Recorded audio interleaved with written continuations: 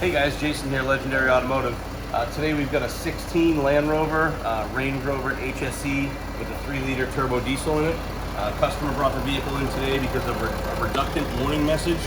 He has 0 key starts left, and he brings the vehicle in, with no key starts. So just for the customers out there, if you've got a reductant warning message, or you've got a DEF fluid failure message, and it says you have X amount of key starts left, the best thing to do is get the vehicle to a repair facility or get it to Legendary immediately. Don't leave it on us when we've only got one chance left to start the vehicle, because we have to really clear everything out, reset the codes, reset the monitors, get the vehicle out of its warning situation, and then we have to drive the vehicle again through a drive cycle, and it's going to cost you more time in diagnostic.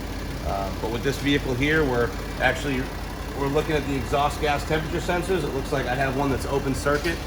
It does have a code for that, so we're going to start there, do a little bit of diagnostic, make sure it has DEF fluid in it, get a new NOx sensor installed, and maybe we'll check back with an update.